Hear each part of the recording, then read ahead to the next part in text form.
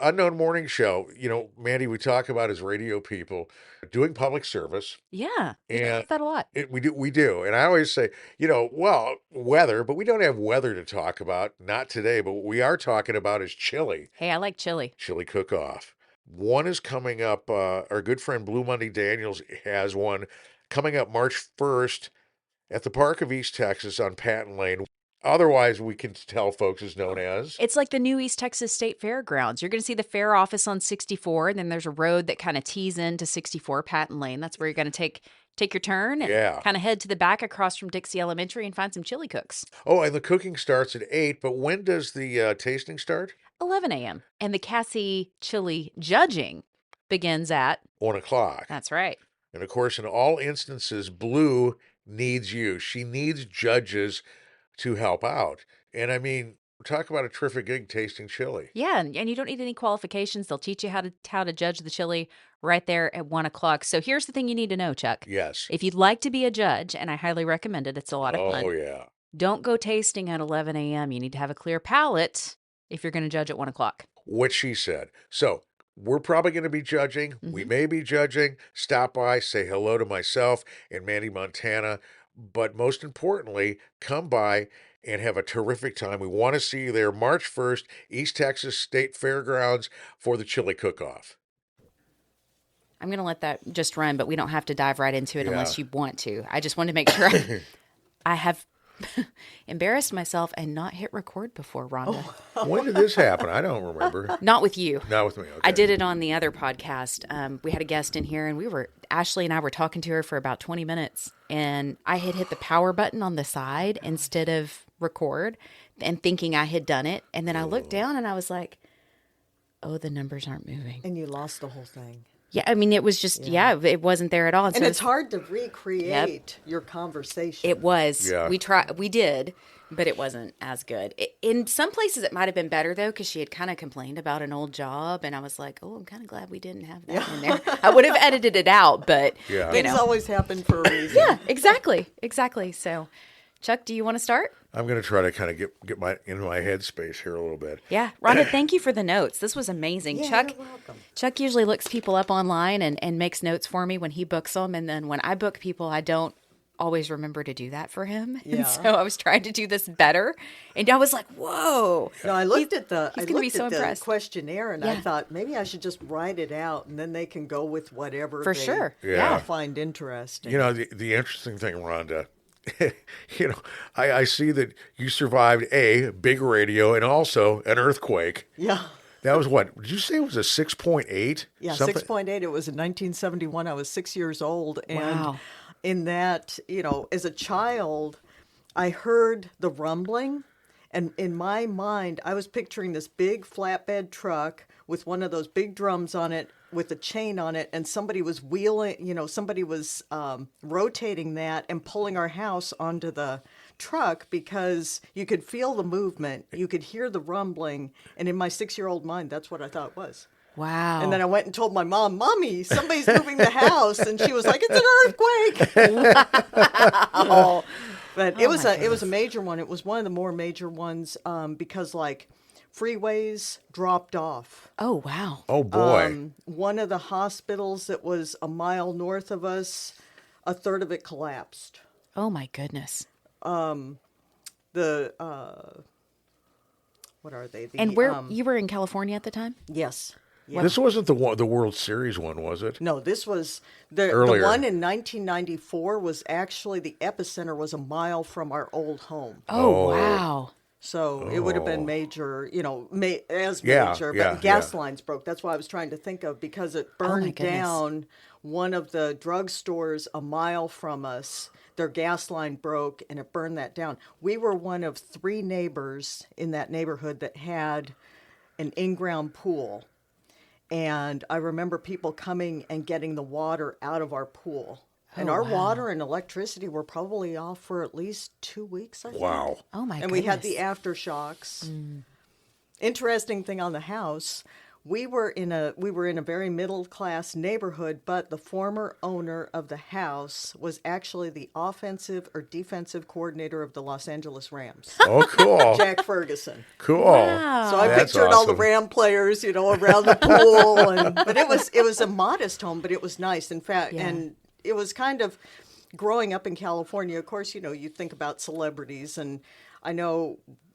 My sister went to Granada Hills High School. John Elway was in her class. Valerie wow. Bertinelli was in her class. Well, And then probably a block or two from us, John Amos lived with his family. Oh, wow. neat.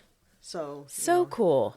so it was a neat place to grow up. Yeah. But with everything going on now, I wouldn't want to go back. Right. And fires it's were plenteous. I devastating. mean, I remember we'd get a fire. We had like a culvert behind our house. It looked like a little canyon. And whenever there would be a fire, it would be in the distance, but my dad would get up on the roof and hose down the roof just in case with the Santa Ana winds, if there were any embers that came and burned down the house. The pictures from this past couple of weeks have just been Yeah. just so terrible. And, because they were saying it was like almost tornado type winds going through there. Did you have anything like that? Santa Ana winds in The general? Santa Ana winds, they were strong, but not like they are now. I mean, I was reading they were up to 100 miles an hour, and I'm like, I don't remember them being that strong, but they were pretty, I would say probably 40 miles an hour. Yeah. So like a mild hurricane back Yeah. in the day, and now it's like Cat 5 hurricane winds. Yeah. I mean, Exactly. it's wow. But the thing I remember about a fire, one time we were on the Ventura Freeway, and there was fire on both sides. Really? And of course it was rush hour, so everybody was stalled, but that was all you could see was firefighters, flames, the smoke, That was the only time I was in what I felt was in the middle of a fire, At what age did you move to East Texas? 13 13. in Okay. 1978.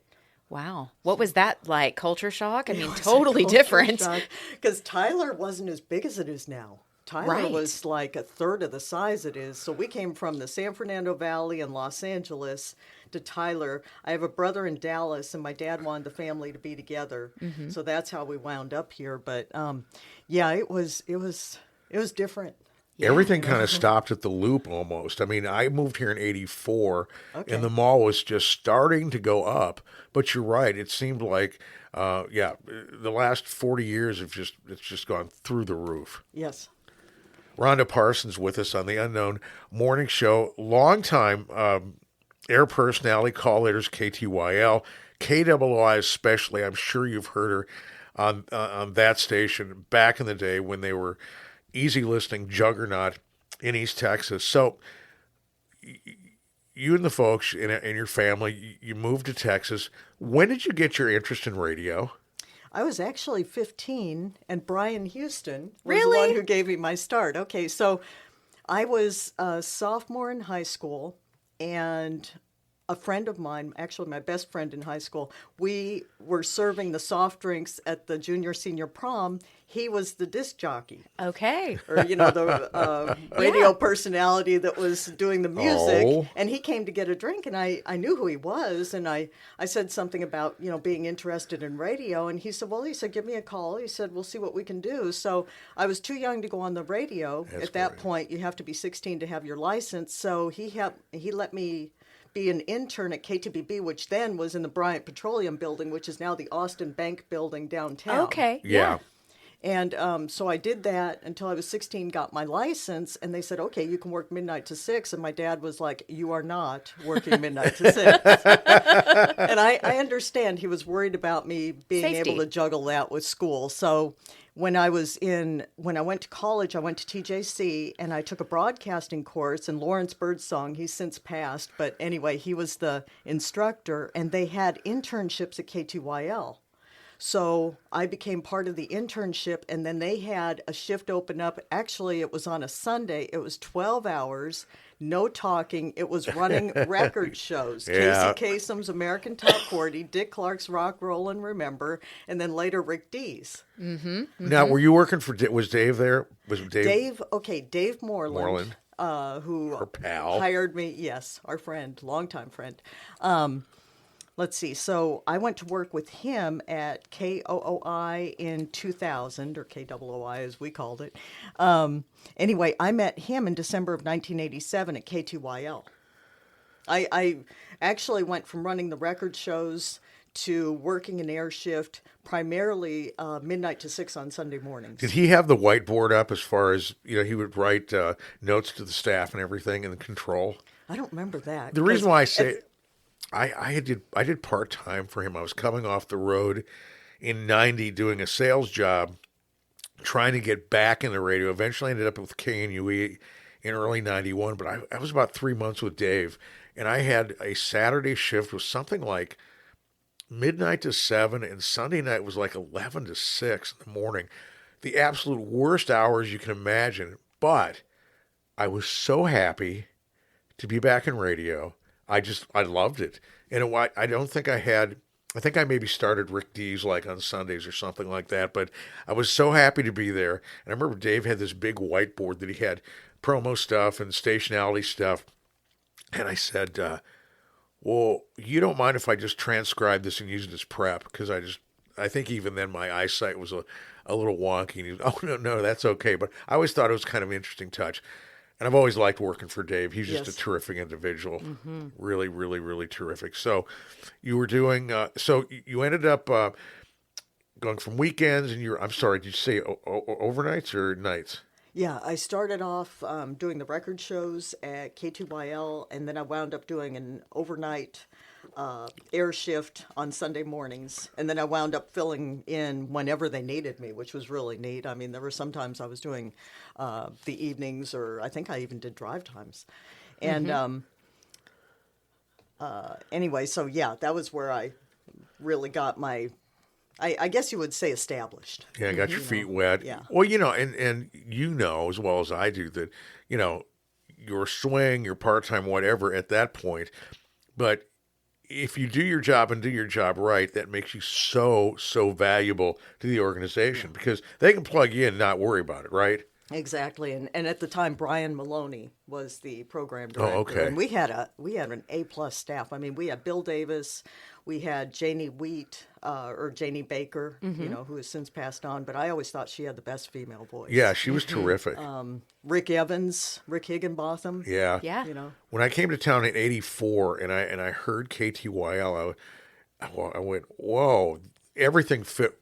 The music, the stationality, the personalities, the jingles, everything was like pow, pow. I'm going, this is a big market station in a small market. And I was very, very, very impressed. And I need to mention Gary Stevens, Gary Safley. He actually passed on, but he was an excellent program director. Yeah. I don't know if you know him, but... No. I never met him.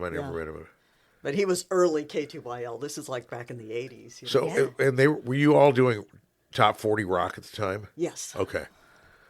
Gosh, that had to be fun. It was. Yeah, and then, of course, the AM station at that time was oldies, and every now and then Jeff Baker was the one who was in charge of that. I'd have to fill in on that. So I got a real good mix of not only the current music, but also, music from the 50s to the, early...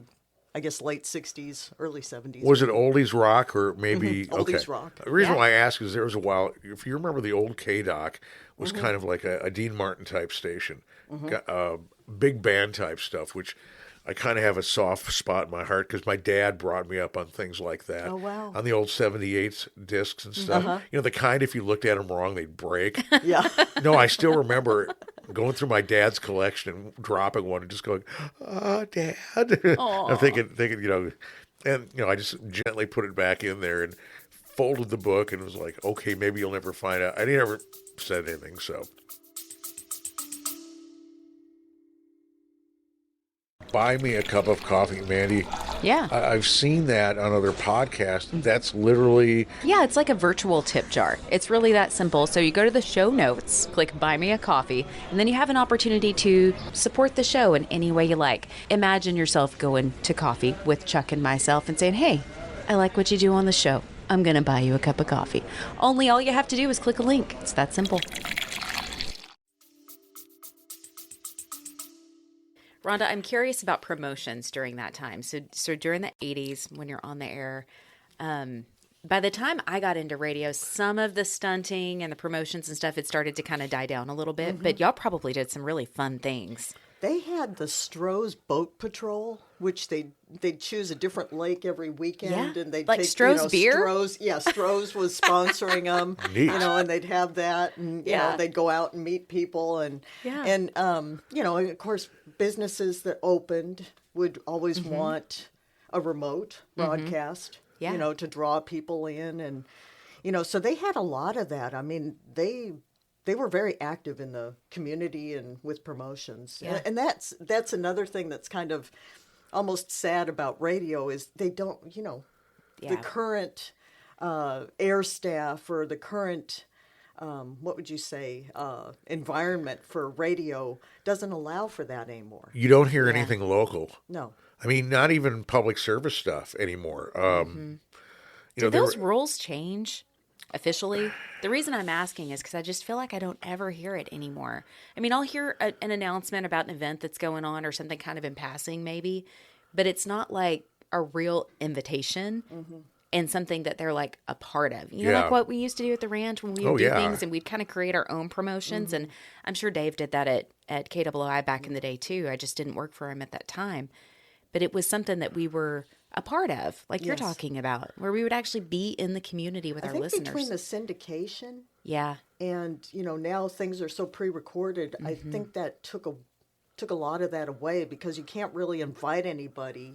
If you're You not know, I there. mean, you can go ahead and record it, but if there's any malfunction and that doesn't play at the right time, nobody's going to hear it. Yeah. I'm just wondering, and I'll just throw this out here for both of you. Do you think that when it comes to like the people in New York, the people that are making decisions, they probably go, well, you know what? In Tyler, Texas, we're just giving them what they want, which is either, it's top 40 country, whatever.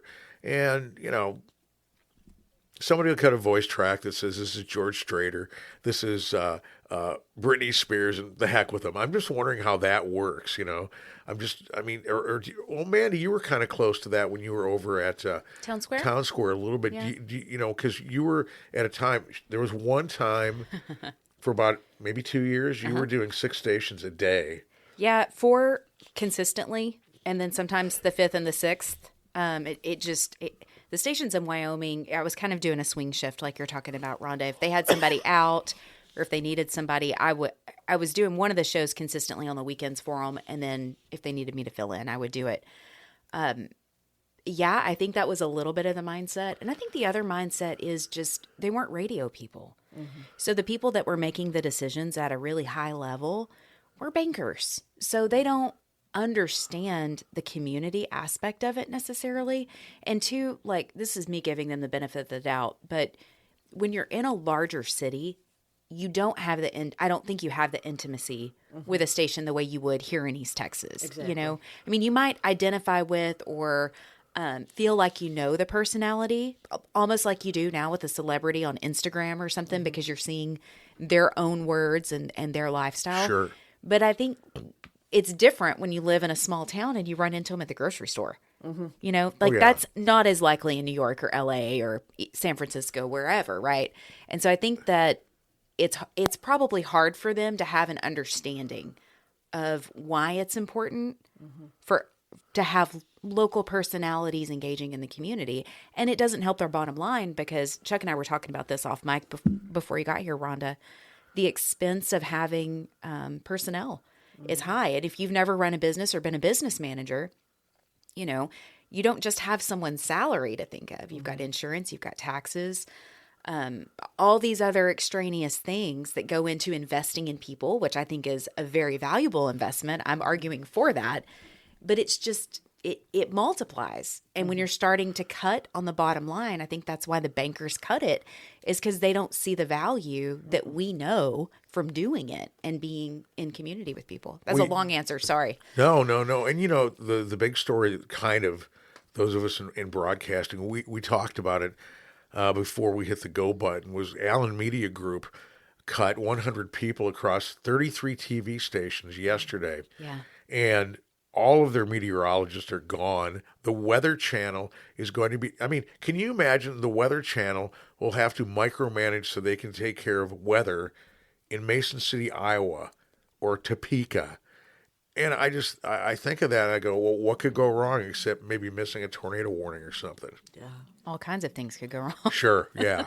Because hey, locally we've all had it, and Oh, yeah. I think you'd all agree that as radio people, we can all, play music and stuff, but we kind of put on our public service hat when it comes to severe weather. I mean, and because there were times in my career, now at KTBB, we have it to where when we do have severe weather, we just go to our TV partner and they take care of it. They do a fabulous job, and that's a terrific thing to do. But there have been times, most of the times in my career, the weather wire's Yes. blinking. You rip, you read, you play another song, you do updates. My first radio gig had one of those Heathkit monitors that would give you the barometer and everything. Oh, wow. So you could sit there, and we would have to write down the temperatures and the barometric pressure each hour. I know, pain in the butt, but the cool thing would be in bad weather situations, you could refer to that and say, well, the barometer's dropped so many points in this past hour, we've dropped this many degrees. Because And how many people know what you're talking about? Yeah. I'm picking on you, Chuck. I'm sure it was a fun education to learn that, though, and understand it. yeah, and it was terrifying too because my first gig, I still have a tape, Rhonda, of myself and our news director Dan Conrad doing play-by-play of a tornado, Oh, wow. and it landed about 2 miles from the station. And yeah, it was. I haven't listened to it in about 40 years or so, but it's just it was quite an experience, and it was a couple of 20-year-olds doing it, and when we were doing it, we were saying, okay, we may have to leave the air for just a second. We're going to go to our B studio, which is located in the basement. So you may not hear us for a second, but we have to go there. And you hear a voice in the back say, it's flooded. You guys can't go there. And we said, well, okay, we will be staying here. But it was quite an education, and to me, that's even now with weather, I still kind of have this thing in my head where I kind of go on alert status. Mm-hmm. That was the thing about being out of radio for a couple of years. Man, that was gone. It was like having a vacation. Oh, it's going to rain. And Rosanna would ask me, "Do you know what's?" I go, "I don't know. I don't pay attention to the weather. I don't. Even when I'm on vacation, we're gonna get. I don't know. I'm on vacation. The switch is turned off." Yeah, and that's nice. Rhonda, you met Dave in 1986, but you didn't go to work for him until 2000.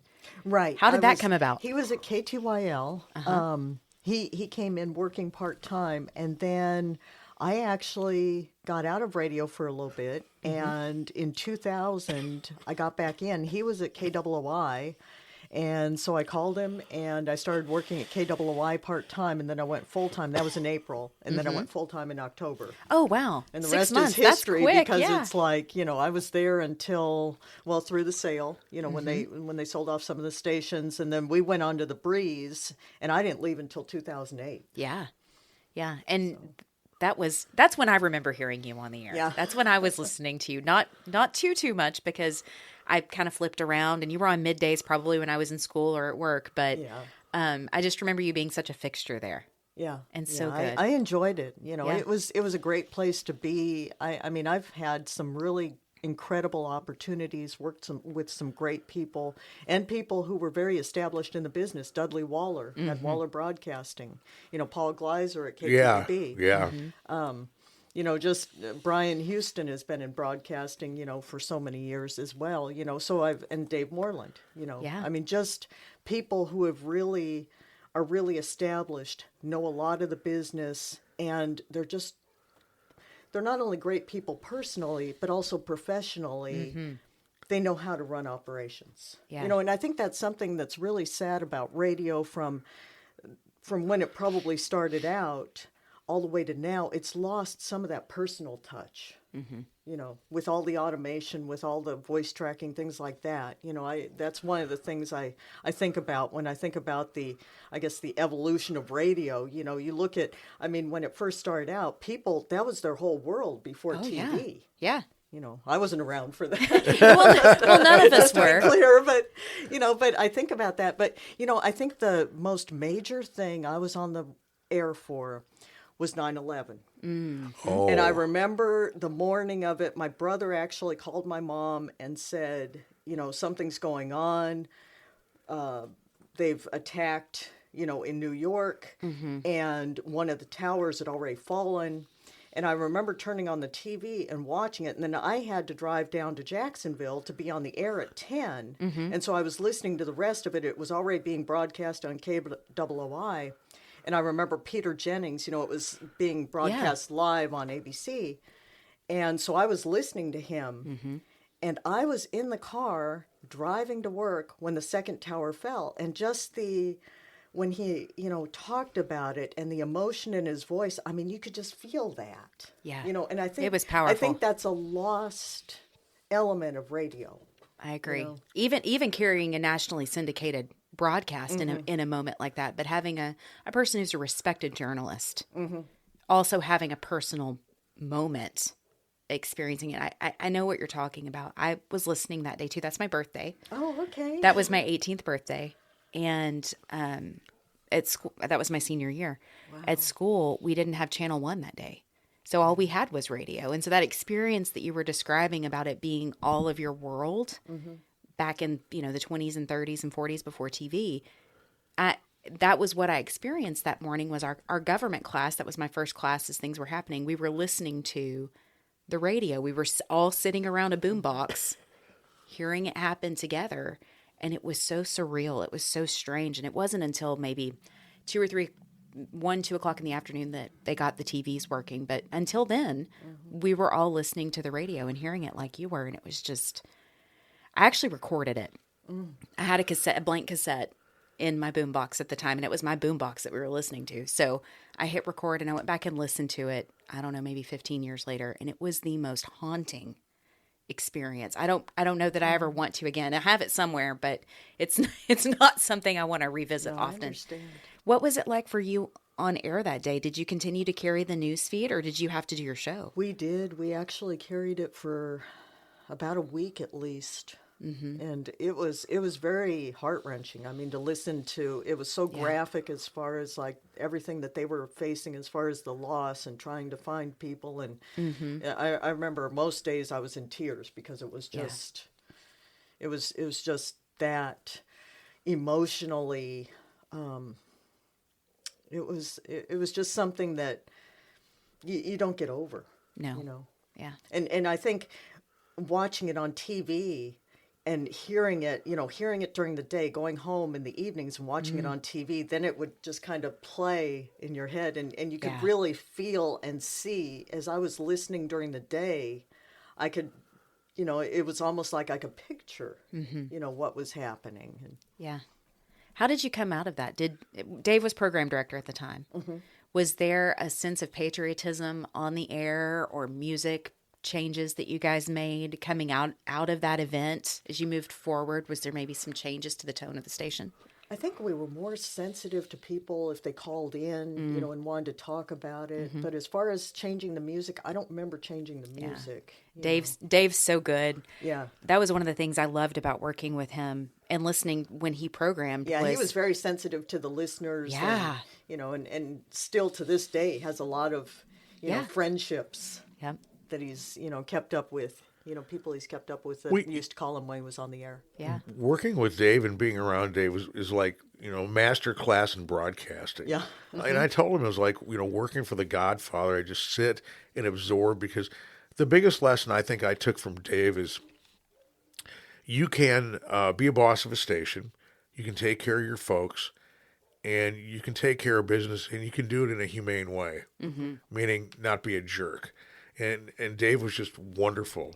He was always that way. Yeah. Yeah. I don't know if you ever had any negative experiences as a female in broadcasting. I've had very, very, very few. But I got to say, working for guys like Chuck and Dave, and when I worked with Lucky Larry, I truly had felt like I had family. You know, I had somebody Exactly. that was looking after me, that wanted me to excel, that was willing to mentor me and teach me and let me grow. That's not always the experience as a female that we get, whether it's in radio or somewhere else. But Exactly. I felt really blessed to get to work with these guys. Yeah. What I would never get about that is, if you do well, obviously the station does well, say, Yeah. or any of us if we're in a work atmosphere. So I've never got that sort of anti-female or just anti-person sentiment at all. Well, Make you're a good person, Chuck. well, sometimes no, No, you're no, a good person. no. It's like make the workplace positive. It's Yeah. like KTBB. Some people just have darkness in them that they don't, and it's their own world, it's their own anger and sometimes frustration. it's out of insecurity. Yeah, exactly. They don't want to see someone excel to Right. a point greater than themselves.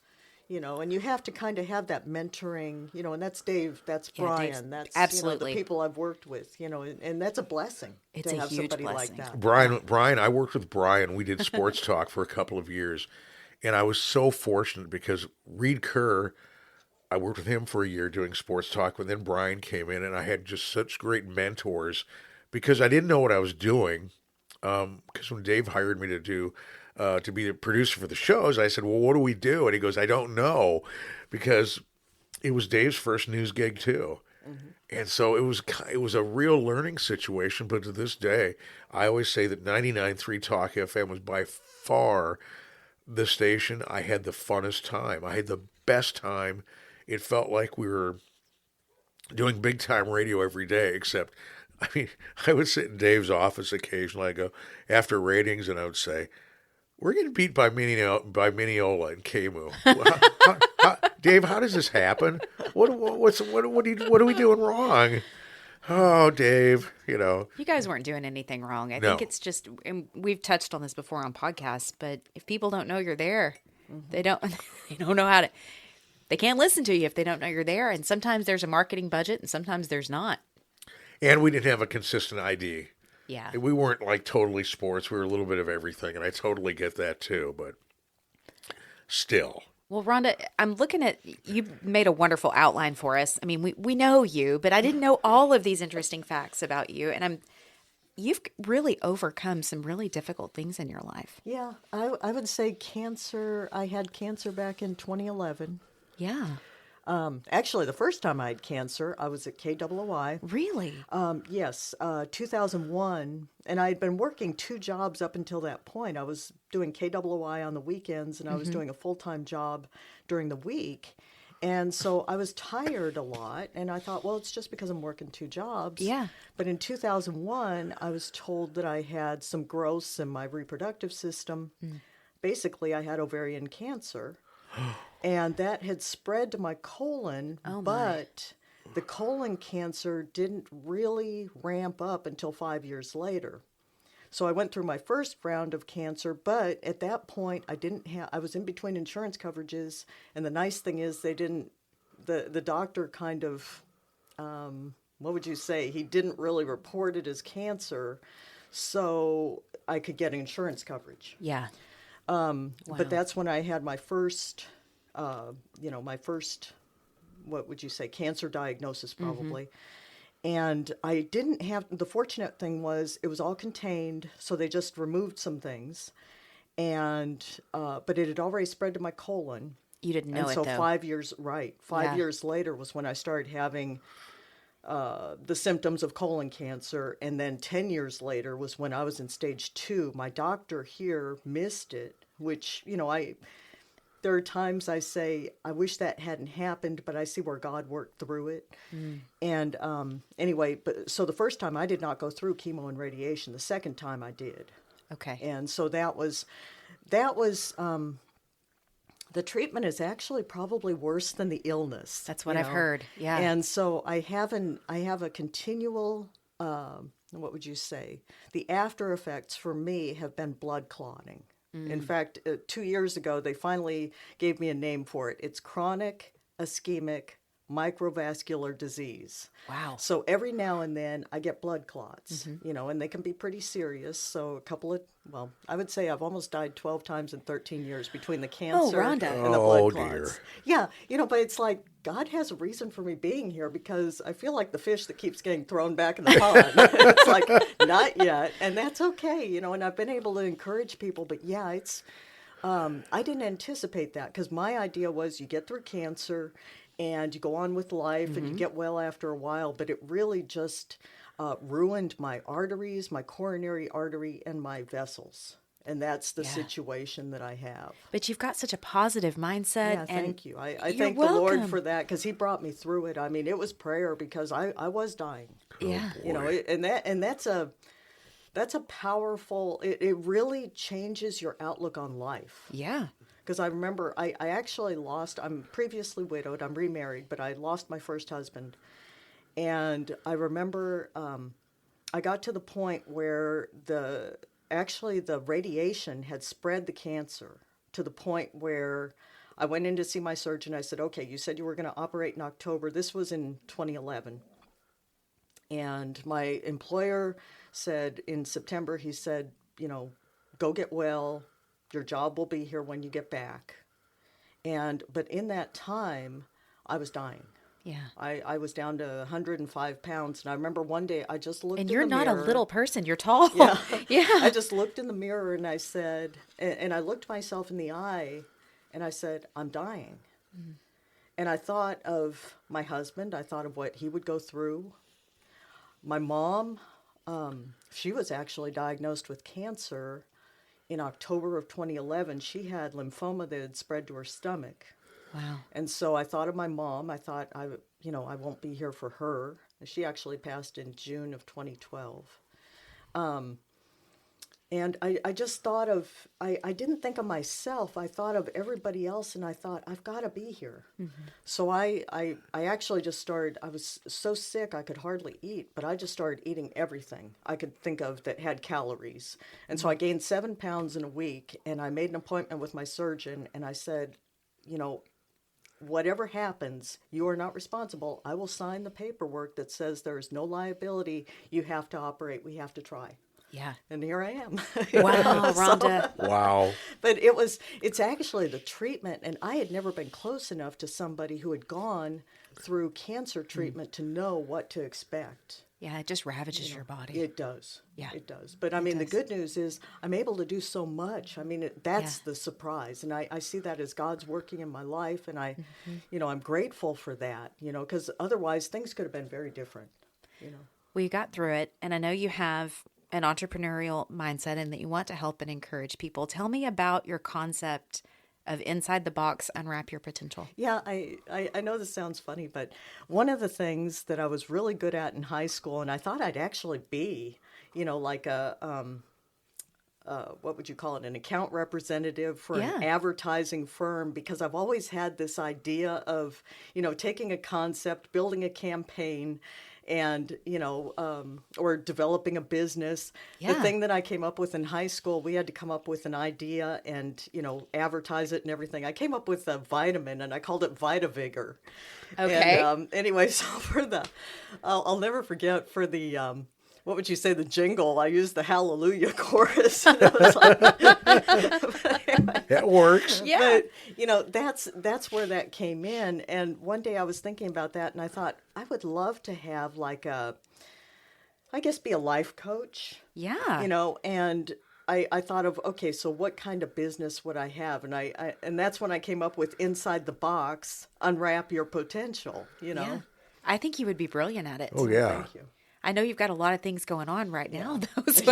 So I don't know when you would find the time, but even if you could carve out 30 minutes a day, I would love to see you do this. No, but, and I've been able to encourage people with my story because, sure. I mean, it's what God brought me through. I mean, there were, like I said, I've almost died 12 times in 13 years. And plus, during the treatment, all the things I went through. I mean, I was hospitalized constantly. I had constant blood clotting, a lot of complications that other patients that they had treated didn't have. But my body just, the way I see it, I wasn't designed to go through cancer, but is anybody, Yeah. I mean, it's just with the way my body's always been so sensitive. It's kind of like, I'm really amazed that I made it through. Yeah. Oh, I'm so thankful that you did. And Yeah, we thank reconnected recently because Yeah. you told me about a kitty cat. Yeah, exactly. Where I work, we actually last summer we had 24 cats. We're now down to I actually Whiskey Kitty's mom is pregnant again. Oh, We no. just got her picked up yesterday, so she's going to be fostered and Good. and probably adopted, and then her kittens will have a home or have homes. And then there was another female that we still have. They picked her up as well, O'Malley Cat Rescue. So, it's a happy ending to a tragic situation because we've seen Yeah. a lot of cats disappear. We've seen a lot of cats die. But anyway, it's just sad. I'm and so I was glad. never a cat person really until I worked for Tyler Advertising and Branding Solutions, and I worked there first in 2015 and 2016 in outside sales, and cats were there then, and that's where I got my rescue. But I was never a cat person until then. But I watched them interact with each other and interact with us. And anyway, so that's how I became interested in cats. But otherwise, I was a dog person. Well, now I've gotten cats from both of you. Yeah, yeah. In 2006, I went out to Chuck's place. He had a similar situation. He had cats that were multiplying on your Yeah, property. oh, yeah. You had what, probably 25 or 30 at We one had, time? we had 27. I would feed them.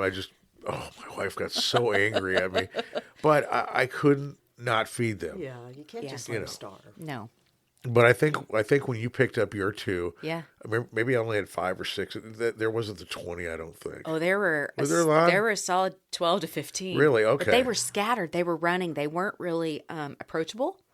Some of Yeah. them were pretty feral. Yeah. And the two that I ended up with were super approachable and sweet. And I had one of them for 10 years, and the other one lived to be almost 18. Wow.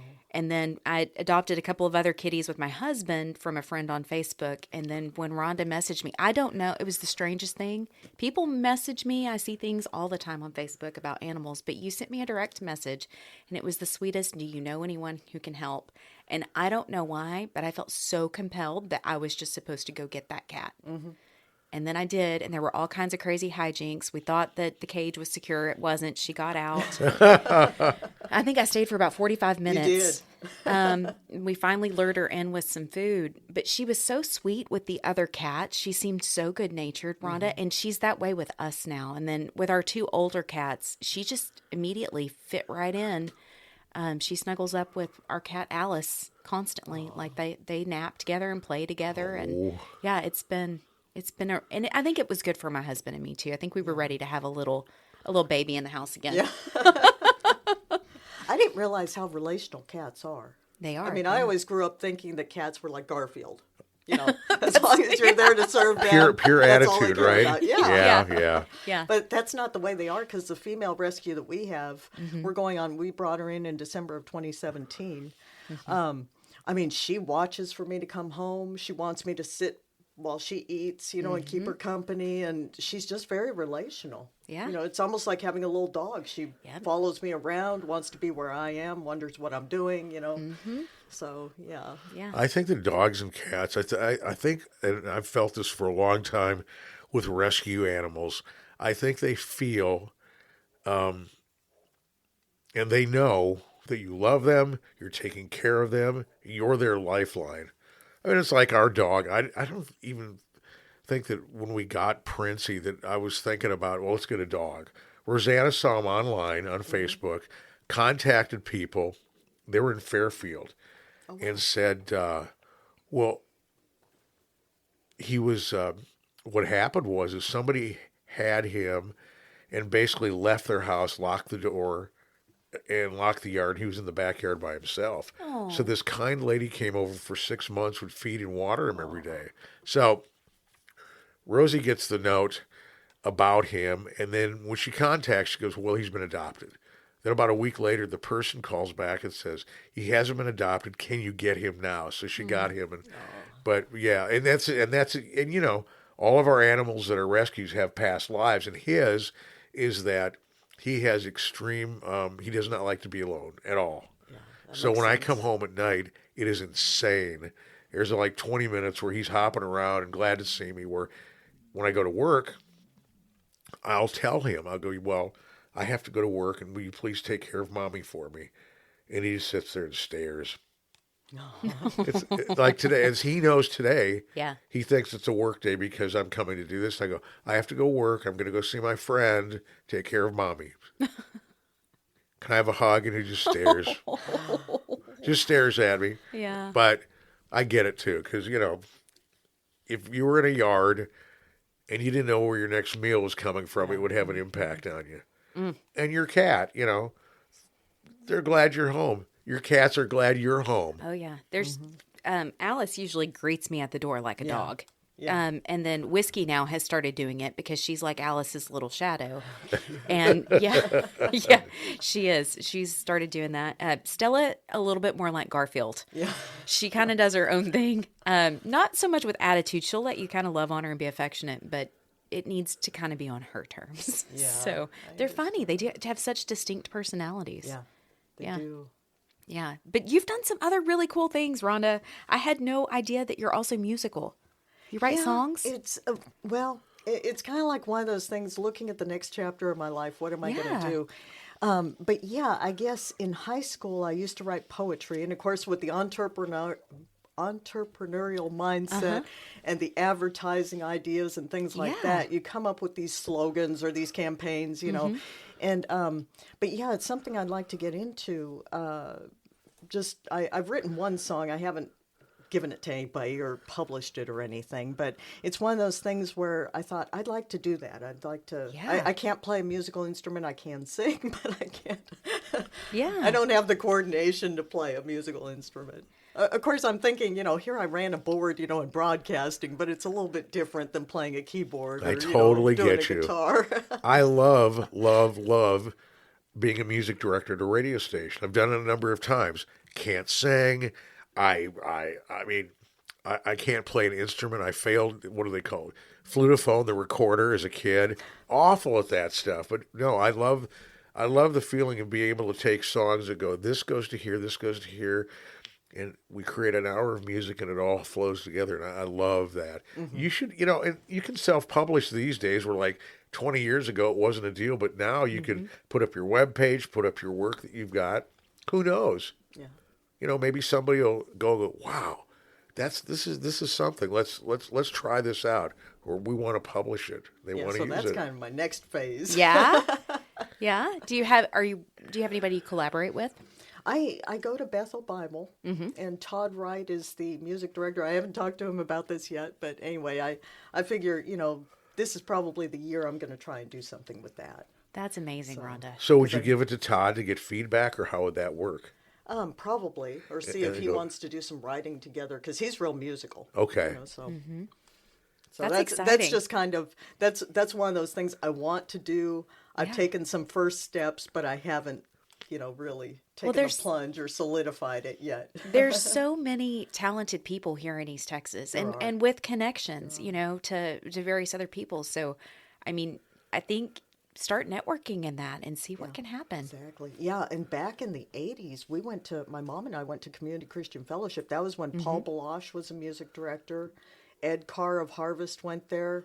Dallas Home, Kelly Willard, and if you know contemporary Christian music, Yeah. back in the 80s, they were main players.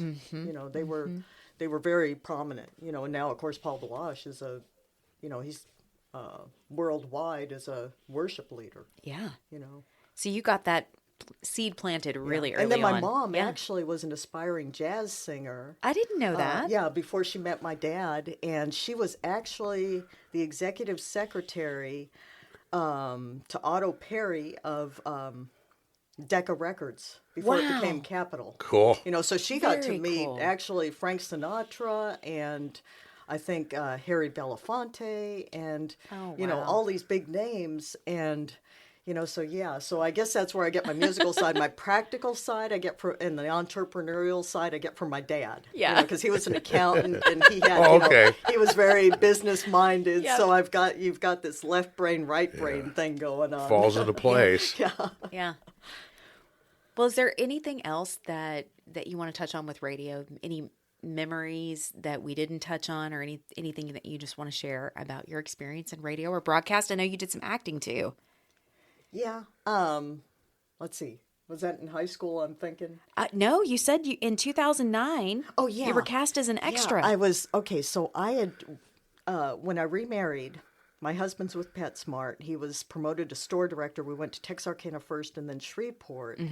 And I didn't actually get to do it because I had just started a job and I was afraid that if I said, hey, I need a day or two off for filming, I was afraid he might say, you know what, why don't you go do that?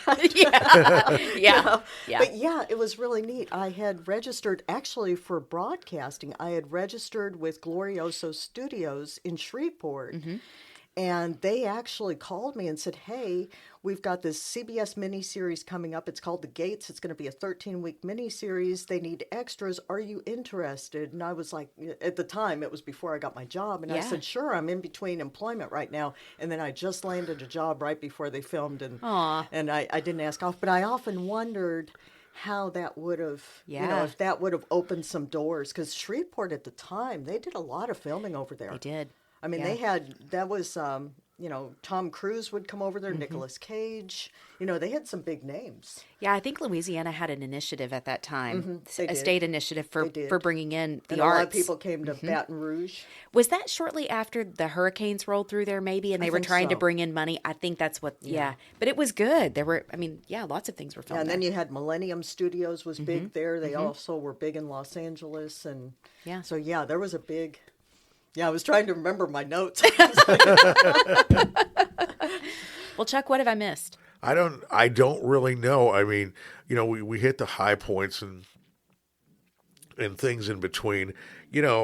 It's like we were talking, and I think we mentioned it on mic though. That you had some terrific call letters tied to your career: KTYL, KOOI, and KOOI to me, and it still comes up in conversations when any of us talk programming, that it's always kind of the main example of, leave the station alone, let them do what they do, and they did, and the corporate people killed it.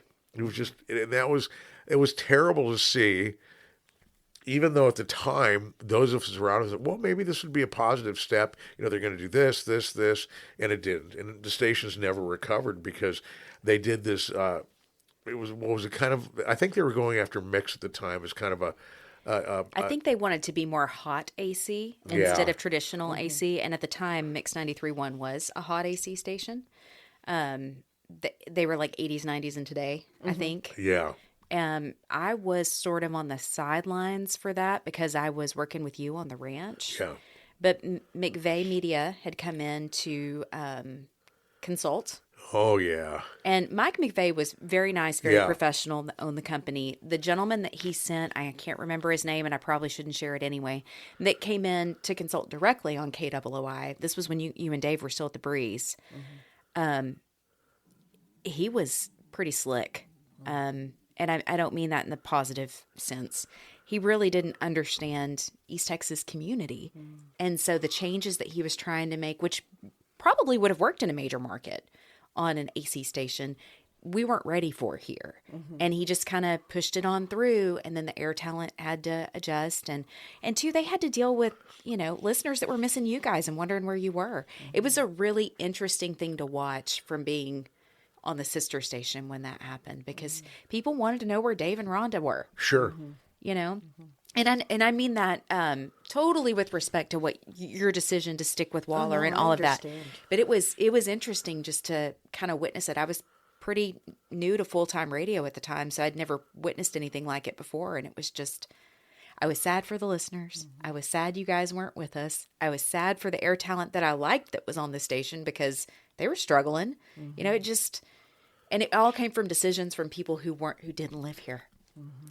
But in a way, you could be happy for Dave and Rhonda, because you were able to make that jump and make that transition.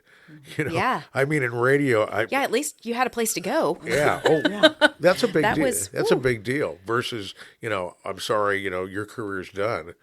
And I've been expecting that since '97, that it would be the last gig, and God willing, it hasn't been. There's always been something happening. On the other hand, I've always had to go, well, I can't play George Strait records, but I'm going to do news. Well, okay, let's do that. Let's see what happens. Yeah. As I tell young kids, I go, there's 9 feet of water. Jump in and start swimming. Yeah. Celebrate that. The worst thing that can happen is you make a mistake, you fail. Fail upward. Make notes. Improve your game. Keep going. That's all you can do. At least that's how I look at it. On that note, how about we close with Rhonda's motto? Do you want to share your okay. motto that you shared with us? I didn't know if you had it memorized, so I thought I'd hand it to you. No, I appreciate Yeah. that. No, I came up with this, because it's just a personal motto for me. Always be your best. And of course, me with the entrepreneur, I still can't say that, with the mindset of the creativity and the entrepreneurial mindset. Anyway, so I took it as an acronym. Okay, so my first one was biblical, and like I said, not in a preachy sense, but just apply it, practice it, just be a quality person, exceptional, always go above and beyond, always be excellent, anything you do. As savvy, to be up with the times, whether it be technology or whatever it is, just be current, because I've tried to do that, not just live in the past, but, what's in the here and now, what's to come. And then the last one, but for me, the most important, be teachable. Learn from other people like Chuck, you, and Mandee. I mean, you guys have been an inspiration to me, too. Oh, that's kind. So it's one of those things, just learning from people and listening to their stories, and just celebrating them for who they are, and also taking away lessons on how you can apply things like that to your own life. Well, this has been such a pleasure, It Rhonda. has. Thank you for the opportunity, and most of all for your friendship over the years. Likewise. We've been friends for years, so... Thank you so much for coming and taking time, especially on a Saturday, to come see us. No, thank you. It's been an honor.